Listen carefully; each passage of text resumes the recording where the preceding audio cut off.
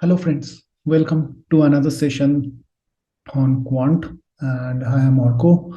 What we do here in primarily talk about the quant topics that are relevant for your CAT, SNAP, NMAT, IFT kind of exam.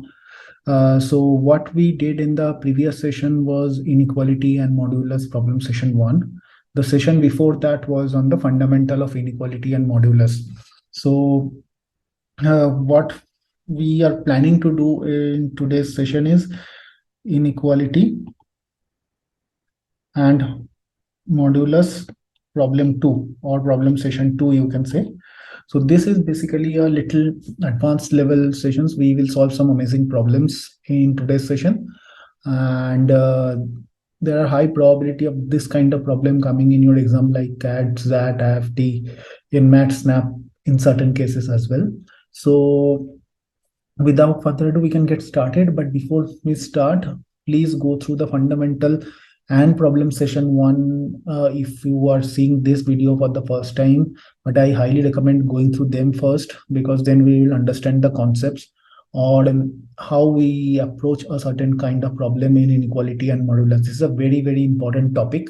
So you should be on top of your conceptual clarity in this section. So I will put the previous videos in the description box. You can have a look to them and then come here, or you can continue this, but ensure you have a basics understanding of inequality and modulus.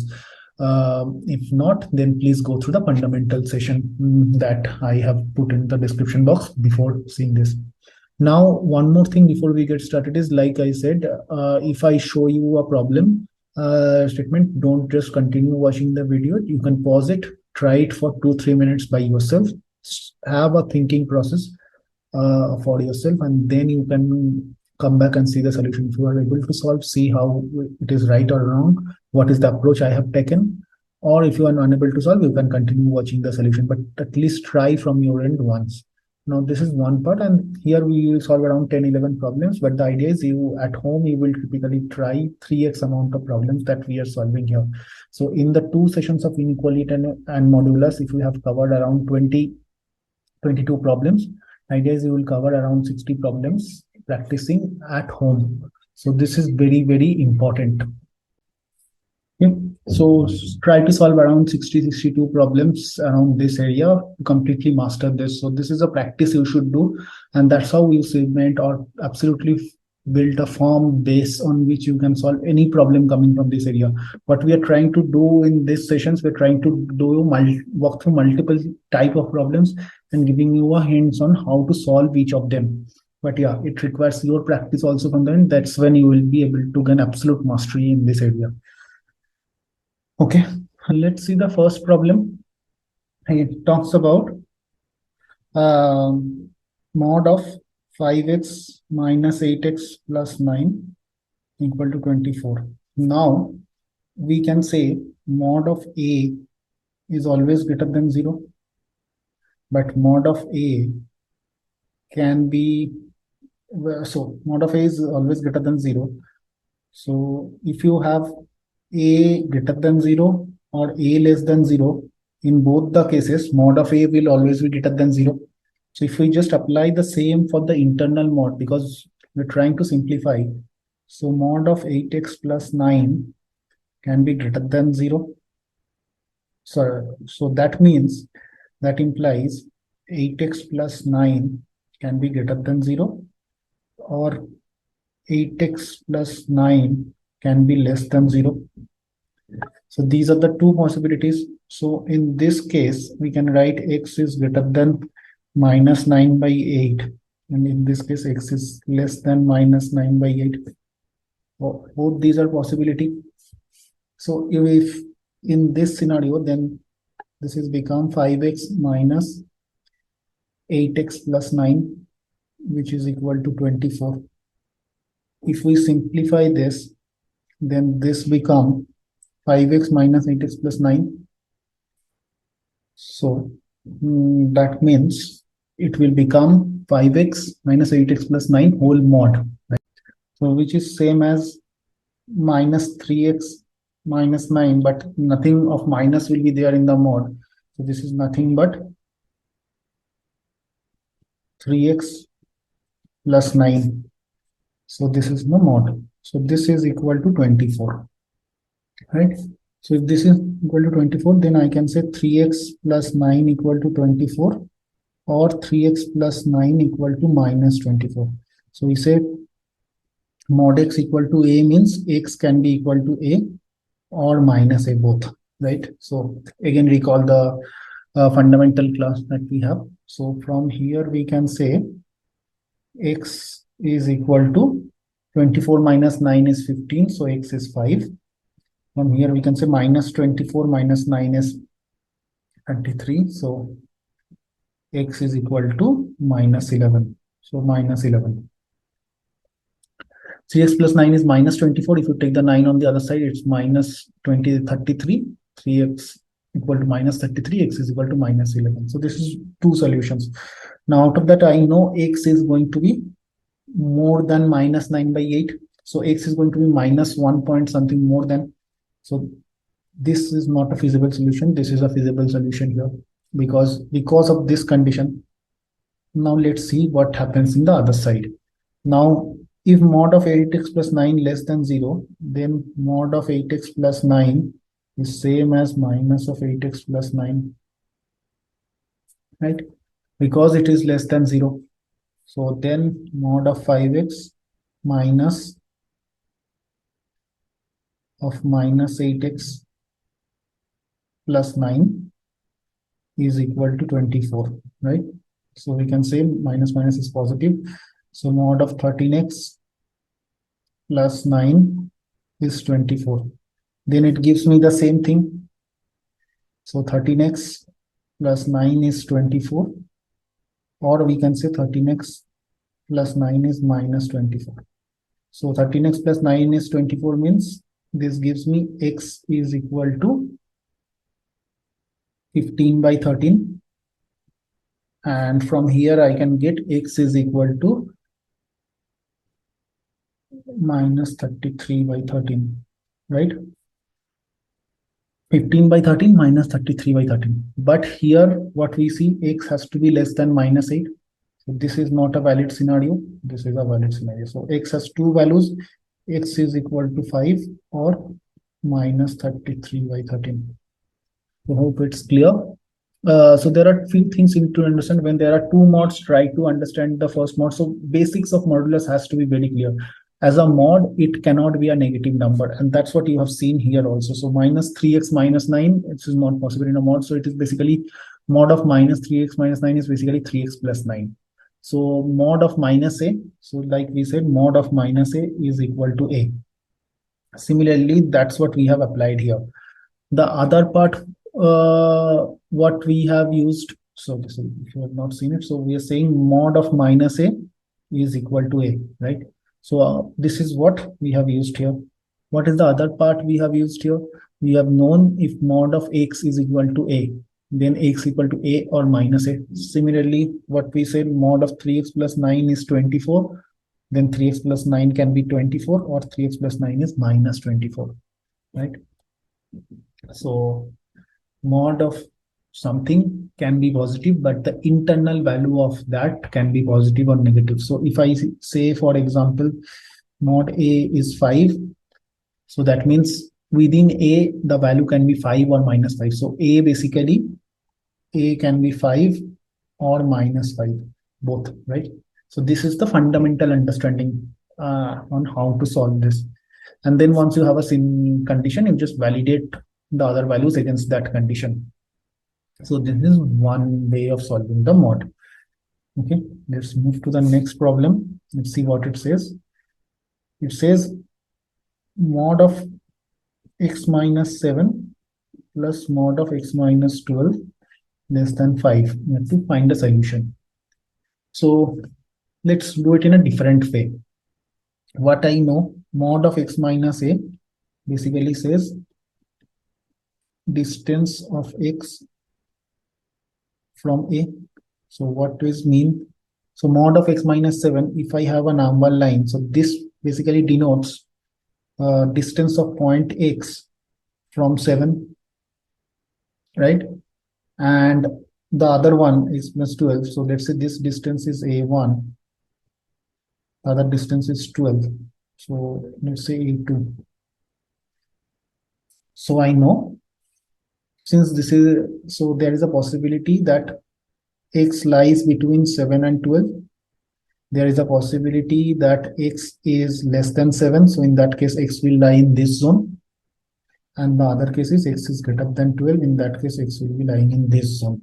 These are the three possibilities of x. Now, between 7 to 12, I know if x lies, then A1 plus A2 will always be 5 because this distance total is 5. If this 7 to 12 ka distance is 5, A1 plus A2 will always be 5 if x lies between 7 and 12, because A1 is 7, x distance of x from 7, and A2 is distance from x from 12. If I add both of them, it will be 5. If it lies before 7, if it is lie less than 7, obviously, let's say somewhere, let's take an example. Sorry. Let's take an example. Let's say x is not here. Say x is somewhere here. So in that case, for distance of 12, you have to cover first this much, which is already 5. Then you have to reach here, so which is more than 5. So for x minus 12 only is mod of x minus 12 is only more than 5 if x lies beyond 7 or less than 7. So in this case, the distance of x minus 12 is only more than 5. Similarly, if x lies after 12, let's say somewhere here, distance from 7 only is more than 5. 7 to 12 distance is 5. So if it is even farther from 12, so in this case, x minus 7 is greater than 5. So there is no way I can say this one is going to be less than 5. So answer is no solution. So understand this fundamental understanding of mod. Mod is always a distance from a given point. So if x minus a, mod of x minus a means distance of x from a. Similarly, in this case, distance of x from 7, distance of x from 12. So between 7 and 12 only there is a distance of 5. Right? So only if x lies between 7 and 12, the distance will be 5. If it is lies towards the left or towards the right, it will surely be more than 5. So there is no way the solution is possible if it is less than 5. The equation is less than 5. There is no solution possible. No way x can be anywhere in the number line which will justify x minus 7 and x minus 12, because sum will be less than 5. If it is not clear, please drop a note in the description box. But this is the absolute fundamentals. If you have visited the fundamental sessions or the first previous session, you will be able to understand. But absolutely fine. If you are still having doubt, please drop a note in the description box and I'll try to explain it further. The next problem, it says x minus 9 and x minus 13, the minimum value, right? The minimum value at which if x attain, and also find the value of x at which the minimum value. So mod of x minus 9 plus mod of x minus 13. Again, the minimum value is basically the minimum distance of x from 9 plus a distance of x from 13. So basically we have to find out minimum of distance of x from 9 plus distance of x from 13. So in a number line, let's say this is 9, this is 13. So if x lies here, the distance is from 13 is this much, from 9 is this much. So this area again get added twice. So which is not an ideal way of calculating minimum. If x lies somewhere here or beyond 13, then from 9 the distance is this much, from 13 the distance is this much. So this part typically get added twice, which is again not the ideal way. So the ideal way is only possible when x lies somewhere between 9 and 13. So let's say this is A1, this is A2. So we can say A1 plus A2 is 4. So this is the minimum distance. And x can lie anywhere between 9 and 13. So 9 less than x is less than equal to 13. So x can lie anywhere between 9 to 13. Then the sum of the given expression will always be 4, because x ka distance from 9 will be one side and x ka distance from 13 will be on the other side. So there is no overlap as such. So if there is no overlap, then you can easily find out the minimum distance, and when x belongs to this. So this is the range of x, right? Okay, and moving on to the next one, which is solve for x. Okay, let's solve this. X square minus 11x plus 28. So if you remember what we did, we said if a by b is greater than 0, we can write ab is greater than 0 by multiplying b square on both sides, right? So in this case, we can write 5x square plus 13x minus 6 less greater than 0. Right? So if we just can simplify, so this will become x square minus 7x minus 4x plus 28. And this will become 5x square plus 10x. 10x will not work. We do a middle term, so 15x minus 2x minus 6 greater than 0. So here, if I take, this will become x minus 7 and x minus 4. This will become x plus 3 into 5x plus 2. So if you just take 5x common from this 2 and sorry, 5x minus 2. So 5x minus 2. So if you take minus 2 common in from these two, you will get 5x minus 2 into x plus 3. So this is you get as greater than 0. Now as we solve any inequality, we'll say the critical points for which it will be equal to 0. All roots are basically in a number line: x at 7, x at 4, x at minus 3, x at 2. Sorry, not 2, 2 by 5. So x at 2 by 5, x at minus 3, x at 4, and x at 7. All the possible cases, these values will be 0. The expression value will be 0. So these are the critical points of the roots. This is the best way we have solved all the inequalities till now. So like we do always, we take the 0 and see which zone 0 lies. Is 0 satisfying this equation or not?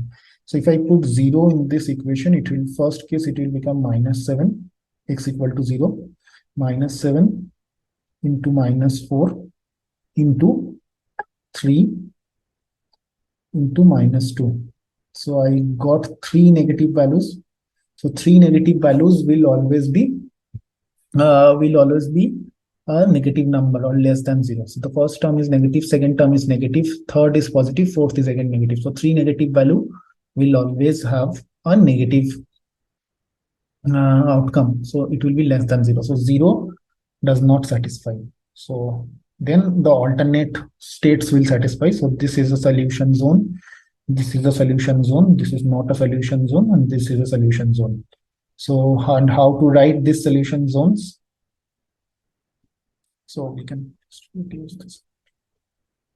Okay, so the solution zone, the first solution zone is x belongs to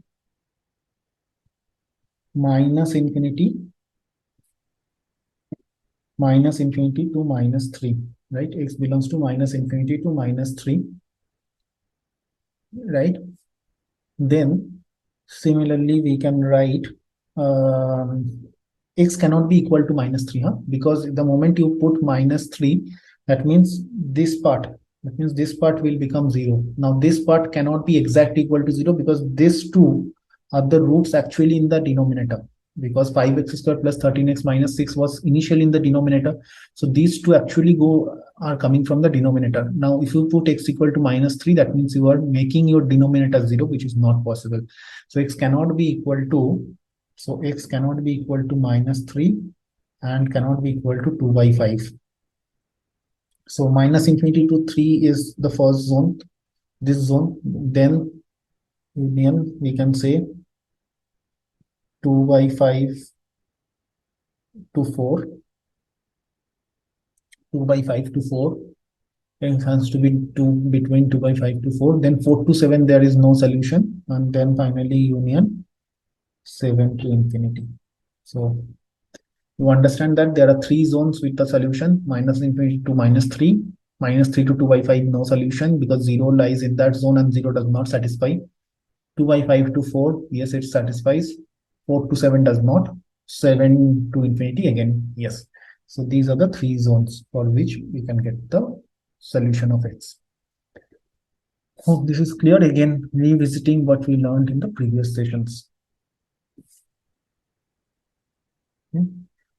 Let's see this problem. Find both the maximum and minimum values of x squared plus x plus 1 equals 1. Okay.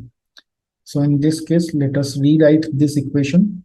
So x squared plus x plus 1 by x squared minus x plus 1 is equal to y. So if I just cross multiply, I will get x squared plus x plus 1 y into, or just multiply yx squared minus xy plus y. If I take everything on the one side, so we'll get x squared, everything from the left hand side to the right hand side, or we'll do also 1 minus y. From right hand side, I'm taking to left hand side, plus x into 1 plus y, because xy will come on that side, so that will become plus xy. Plus xy and plus x, I'm taking x common, plus 1 minus y. Okay, so this is equal to 0. So this is, can we say this is in the same format of ax squared plus bx plus c equal to 0, if you recall the quadratic equation class that we did. Okay, and since xy has to be a real number, it's not an imaginary number, so we can say its discriminant has to be greater than equal to 0, or b square minus 4ac has to be greater than equal to 0. This is the condition of real roots. Okay, so if I have to find out the maximum minimum value which are real, I have to satisfy this condition: b square minus 4ac has to be greater than equal to 0.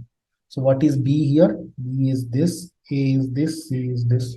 So b square 1 plus y whole square, 1 plus y whole square minus 4. A is 1 minus y. A is 1 minus y, and c is also 1 minus y. 4ac must be greater than equal to 0. So if I do this, 1 plus 2y plus y square minus 4 into 1. This is 1 minus y whole square, 1 minus 2y. So square greater than equal to 0. So if I solve it, 1 plus 2y plus y square minus 4 plus 8y plus 4y square. Sorry, this is minus 4y square greater than equal to 0. Right? So we get 2y. So y square minus 4y square, we get minus 3y square. And 2y plus 8y, we get plus 10y. 1 minus 4, we get minus 3. This is greater than 0. Or we can say, just doing the reverse, 3y square minus 10y plus 3 less than equal to 0, taking minus common. So, okay. So if this is the case, we can further narrow down 3y square minus 3y, sorry, minus 9y minus y plus 3 less than equal to 0. Take 3y common, y minus 3 minus y common, y minus 3 less than equal to 0. So from here, we can actually write 3y minus 1 into y minus 3, both less than equal to 0. So from here, what we can say, again, similar way, What are the critical points? Critical point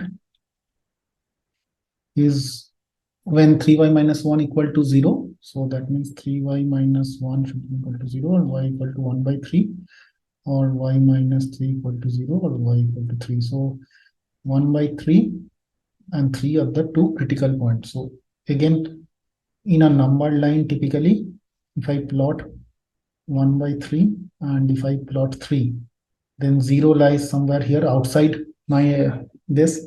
So if I put 0 in this equation, what does this equation become? 3y will become 0.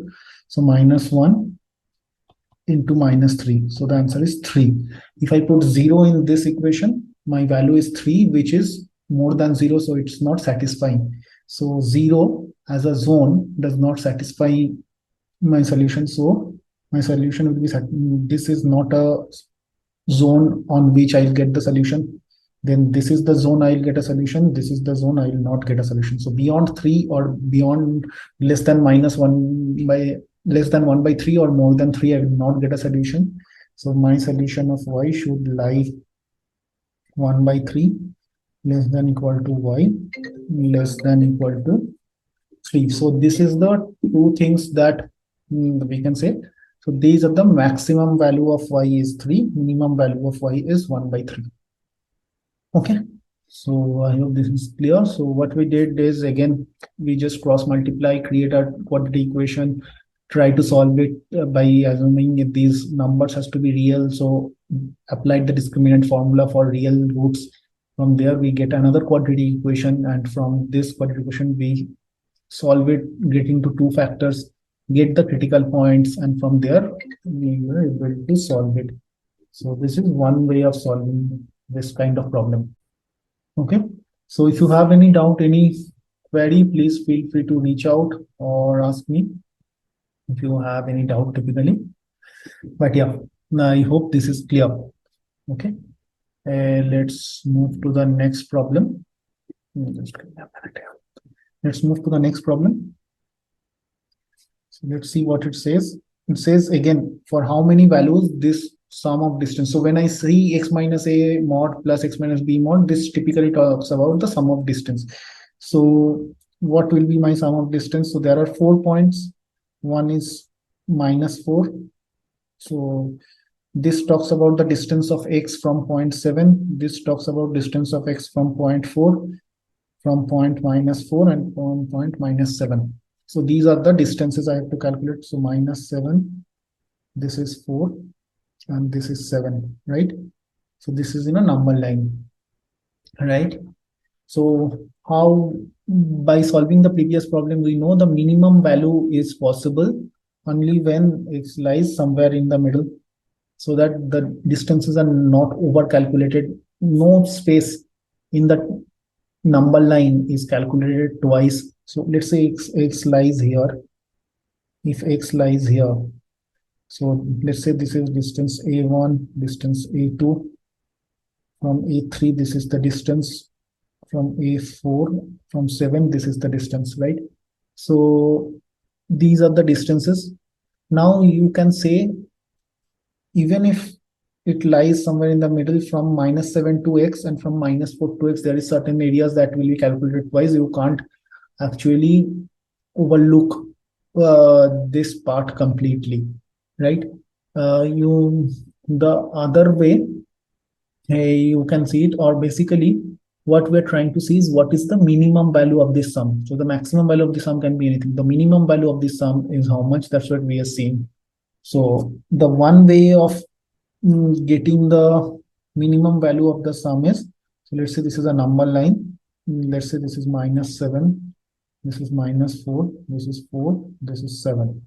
So then we know this distance from 4 to minus 4 has to be 8, right? Okay, and so something that lies in between, that means this from minus 4 to this particular point, let's say this is x, this and 4 to this particular point will be 8 anyway, right? So from minus 7 to this particular point will be 7, anyway. So 8 plus 7, from 7 to this particular point, let's say this is 0. So this is at 0. So then this will be 7 anyway. So this is 22, that is minimum. So again, if you are not clear, I'm explaining.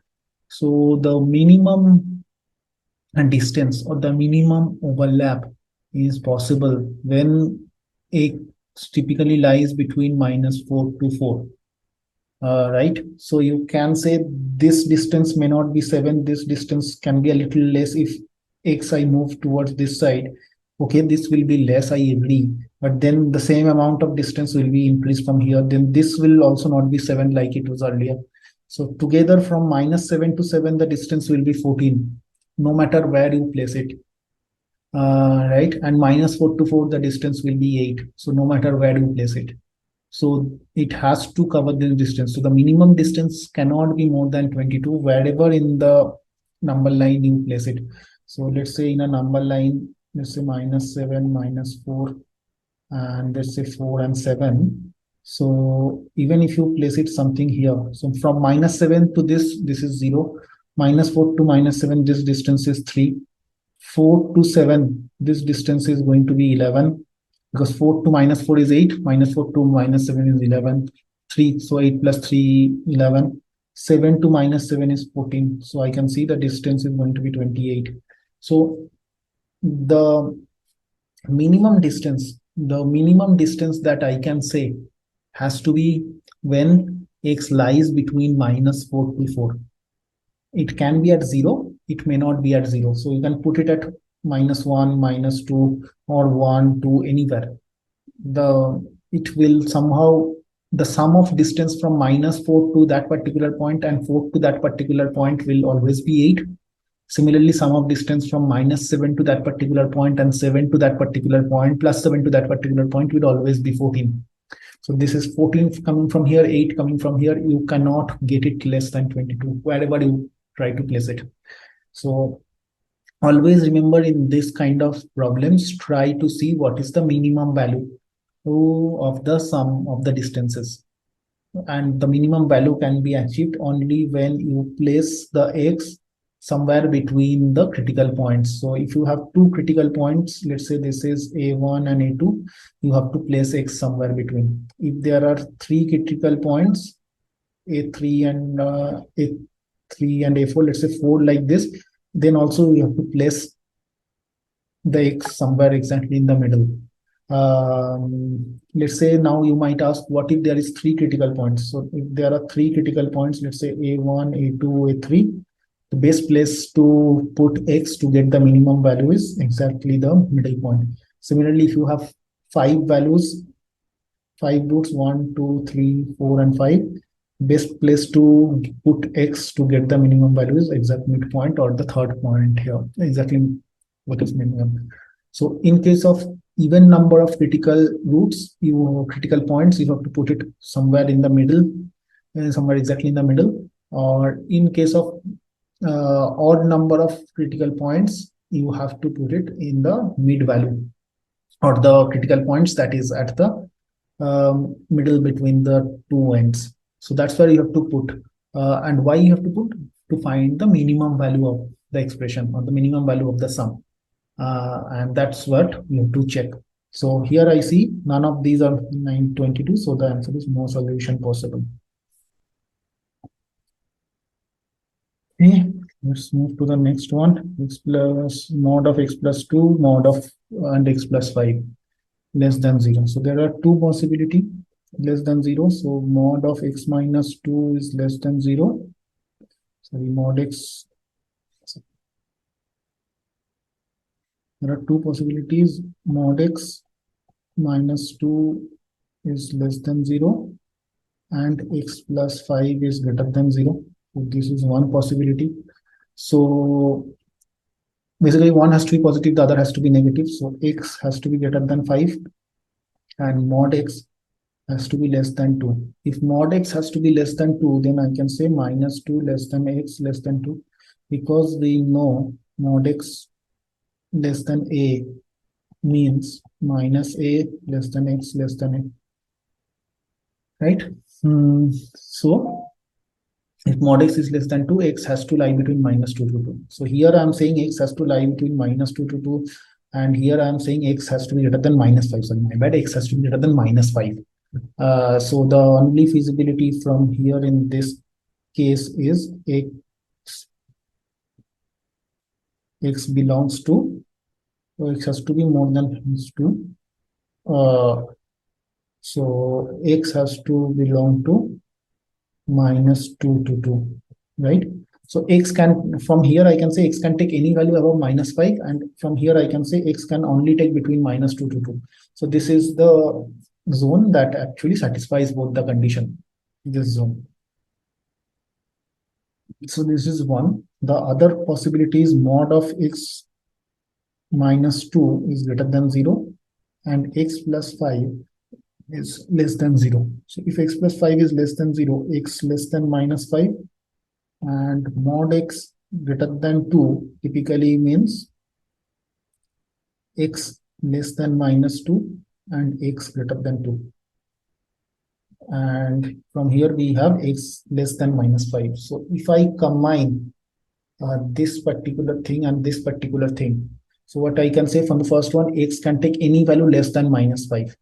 And here I can say x can be take minus 2 or so this is not and, so this is or it can be minus less than minus 2 or greater than 2. So this will not typically satisfy because of this scenario. So the only scenario that x can belong to is minus infinity to minus 2. And this is the possibility. So these are the two ranges of x that will satisfy the condition. So one range is this, minus 2 to 2. The other range is this. Okay. Hope this is clear. Moving on. Again, please drop a note if something is not clear. Let's move on. So A, B, C, if you can see A, B, C are distinct natural numbers. What is the maximum possible value of mod A minus mod B minus mod C minus mod A? So if you can see this, okay.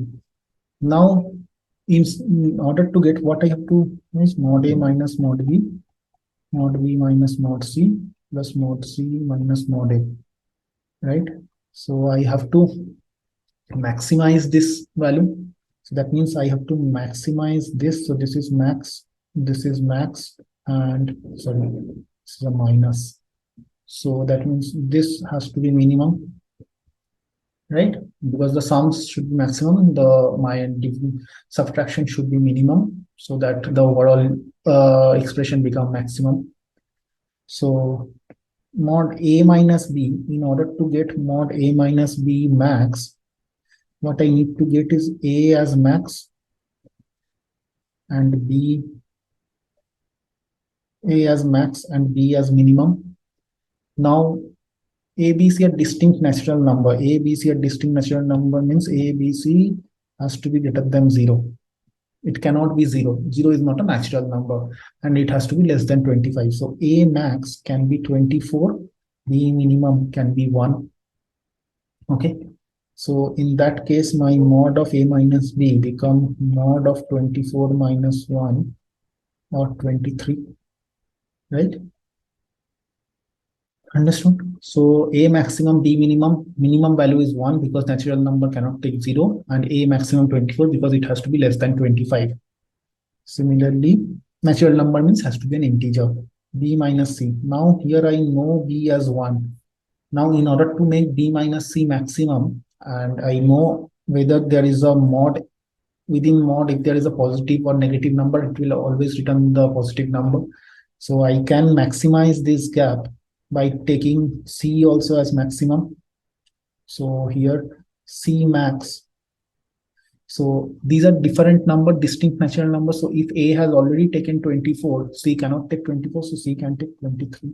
So I take 1 minus 23. This mod will be mod of minus 20, mod of minus 22 or 22. Okay. So this is one part. So now I know A value, I know B, I know C.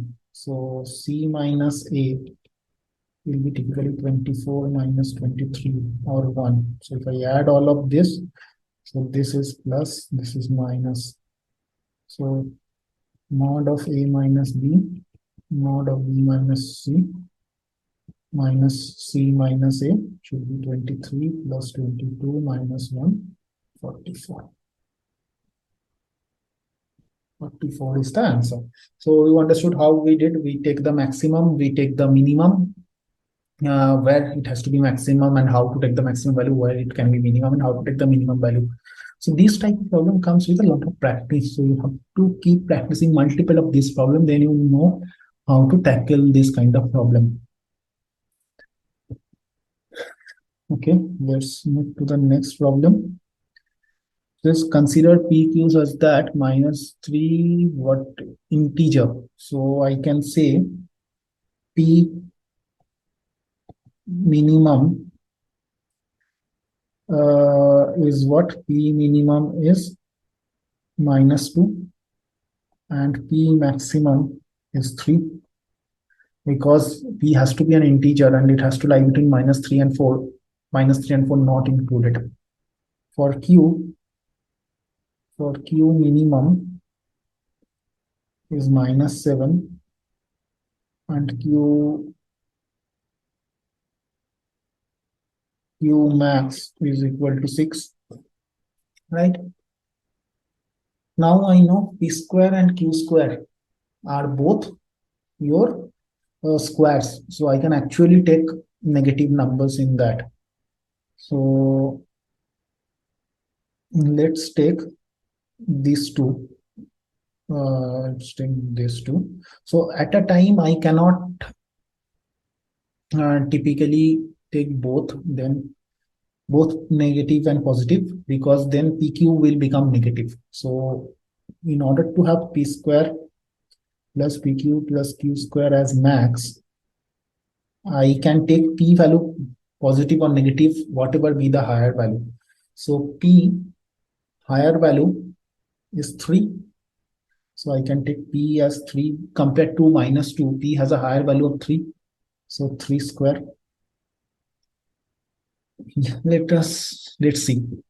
For Q, the higher value can be minus 7 or 6. Let's see what happens if I take minus 7. So then it will be 3 into minus 7 into 49, sorry, plus 49. Now if you see typically, this will become 49 plus 9, 58, minus 21, so something around 37. So because I get a negative number here, it will not give me the right manipulation. So I have to take Q as 6. So let's see, P square plus PQ plus Q square. So here I take 3 square plus 3 into 6 plus 6 square. So 9 plus 15 plus 36. So sorry, 9 plus 18.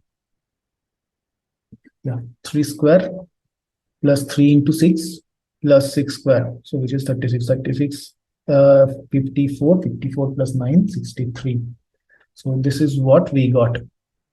Okay. Okay. Let's see what if I take P instead of, so Q max is 6 here.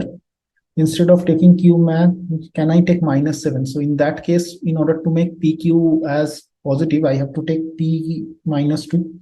So let's say I take P square. So P square plus PQ plus Q square. So what if I take P as minus 2, just because I can accommodate higher value of Q, which is minus 7. So that by accommodate, I mean PQ cannot become negative. So minus 2 into minus 7 is 14 plus 49.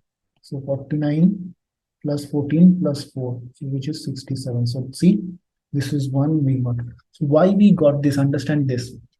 Q values individually, absolute values, mean and max, both are very high compared to P mean and P max, right? So in order to keep everything positive and don't include negative, I will possibly focus on either both negative or both positive. By taking both positive, I got a value. But 3 and 6 is have lesser contribution when it comes to square individually versus what is happening between 7 and 2. Because 7, if you are doing a square, 3 and 6, the sum of their square is 9 plus 36, which is 45. If I do 7 minus 7 square, it is itself 49 plus 4. So obviously, since Q is much higher than P, the squares make all the difference. So that means by taking both of the positive values, whatever the value we get, by taking both of the negative values, we get a much higher value, right? And we are avoiding PQ become negative. So to be avoiding PQ become negative, we either take both maximum or we take both minimum, basically both from the same sign. But yeah, there are some certain trial and error required here, which we cannot avoid. Let's move to the next problem. The number of distinct integer mn can satisfy. So before we go there, one part is, if we say mod A less than mod B, it is same as writing a square less than b square. Let's take an example. If I say mod 5 is less than mod greater than mod 3, then 5 square is always greater than 3 square. Be it minus 5 or whatever, the square will be more. Okay. Or we say mod 3 less than mod 5. Let's say this is actually minus, but minus 3 square will still be less than 5 square. Or let's say this is actually minus. So 3 square is still less than minus 5 square. So does not matter what's the sign.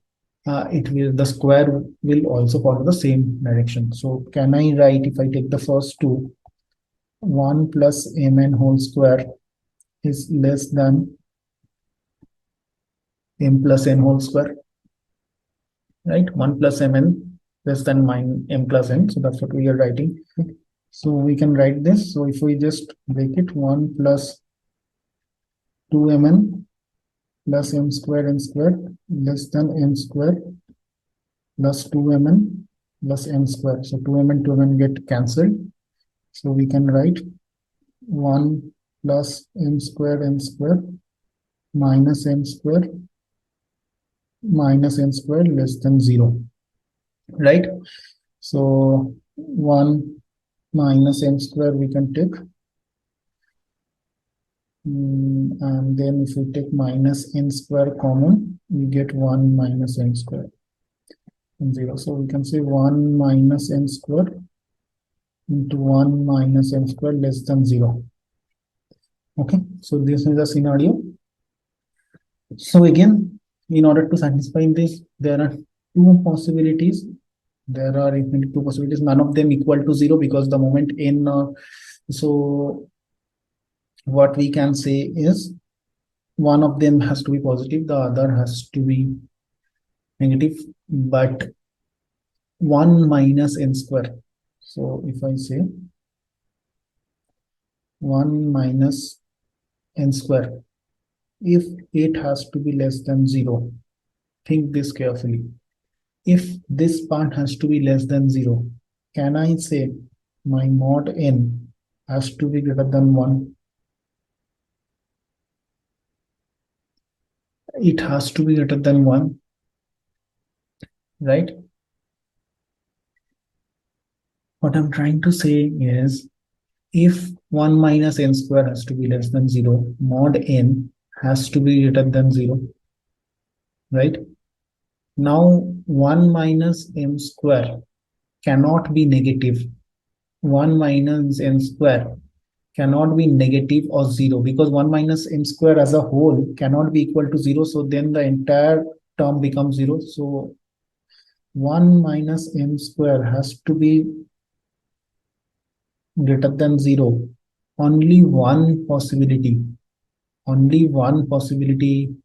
is there when m square is m equal to 0. When m equal to 0, this is the only possibility. You cannot think of any other value of m apart from 0 where it will be greater than 0.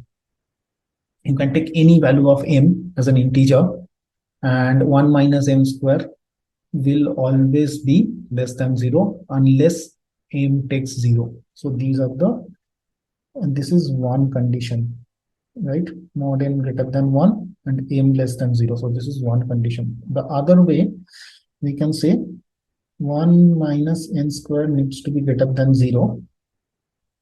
From here, 1 minus n square needs to be greater than 0.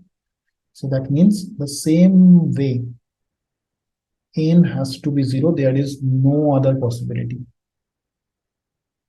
Similarly, 1 minus m square has to be less than 0. So mod m can be greater than 1.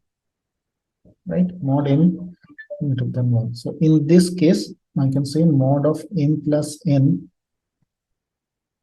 less than 5. So m is 0. So that means mod n less than 5. So n is greater than 1 in this case. So n can take plus minus 2, plus minus 3, plus minus 4. Similarly, in this case, n can take the same way, plus minus 2, plus minus 3, plus minus 4. So there are 6 values of n, and then there, for each 6 values of n, we have 2 possible values of n. So the distinct pair of integer will be 12. So 12 pair of integers possible. So m can take 6 values and n can take another 6 values. So distinct pair of integers will be m can take 6, plus minus 2, plus minus 3, plus minus 4, and n can take another 6 values. So the distinct pair of integer possible is 12. Right? So hope this is clear. So this is a very important problem. So what we understood, mod a less than mod b, how to write it as a square, and from that square how to write it. And this part is also very important. When we say 1 minus n square less than 0, that means a mod of n has to be greater than 1. There is no other way. 1 minus m square greater than 0, m has to be 0. There is no other possibility that is possible. Or you can say, you can read it this way: 1 minus m square greater than 0. That means m square is actually less than 1. Now m square less than 1 is only possible when it is 0. M square cannot be negative. The same way we have done it here. Okay. So there are 12 integers possible. Okay, let's move to the next one and see what it is there. Okay, let's see how we can do this. So if you can read the problem, it says, I'll write it, 2.25 less than equal to 2 to the power n plus 2 less than equal to 202. Right? So if I just focus on this same part, 2 to the power n plus 2 must be less than equal to 202 minus okay.